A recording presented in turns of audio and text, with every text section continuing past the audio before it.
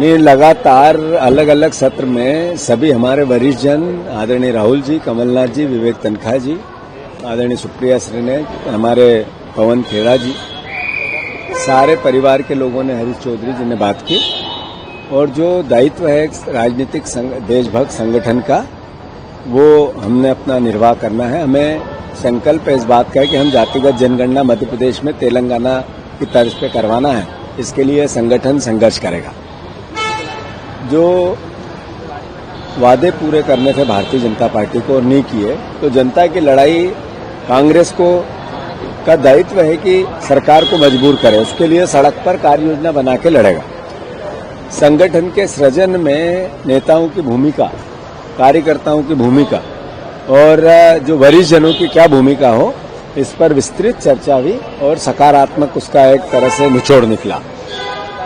जातिगत जनगणना की जो लड़ाई है, उसका एक माध्यम है। राहुल गांधी जी ने सामाजिक, आर्थिक और राजनीतिक जो समानता की भावना है, उसको लेकर ओबीसी के आरक्षण की बात की है। कमलनाथ जी ने 27% ओबीसी का आरक्षण दिया था। भारतीय जनता पार्टी, शिवराज सिंह चौहान, मोहन यादव, इन्होंने इसको रोकने के लिए 50 करोड़ से ऊपर वकील किए। आदरणीय तुषार मेहता जी को किया, अलग अलग, और सॉलिसिटर जनरल को किए, और मध्य प्रदेश शासन ने उनको 50 करोड़ रुपए दिए।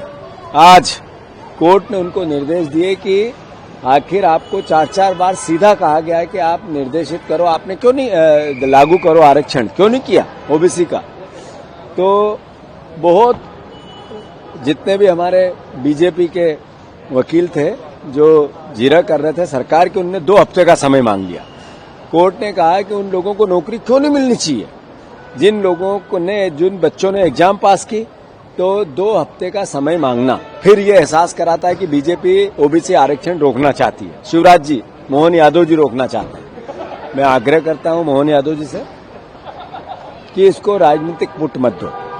ये ओबीसी समाज का अपमान है, उन बच्चों का अपमान है जिन्होंने एग्जाम पास करके घर बैठे हैं। उनको नियुक्तियां दो और 6 साल से जिनकी नियुक्तियां हो गई थी, जिनका चयन हो गया था, उनको उसी दिन से तनख्वाह दो, उसी दिन से सैलरी दो। ये सरकार का दायित्व है।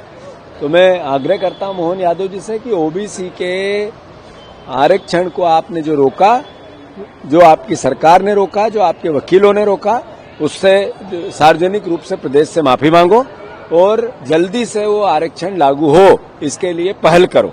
हम आपका साधुवाद करें।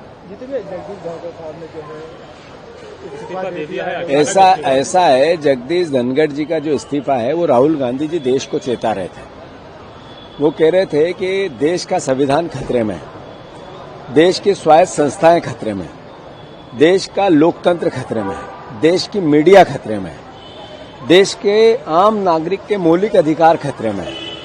ये एक दिन भारतीय जनता पार्टी के नेताओं को भी भोगना पड़ेगा। इस समय संविधान के तहत देश के दूसरे नंबर के व्यक्ति को आनन फानन इस्तीफा देना, इस पद की गरिमा को के साथ एक तरह से इतना बड़ा कुठाराघात क्या है। ये संविधान पर जो खतरा मंडरा रहा उसकी एक बानगी है। तो राहुल गांधी जी ने देश को जो कहा, अब वो आज जगदीश धनखड़ जी को भी भोगना पड़ रहा है। आने वाले समय में बीजेपी के नेताओं को भोगना पड़ेगा और देश को भी भोगना पड़ेगा।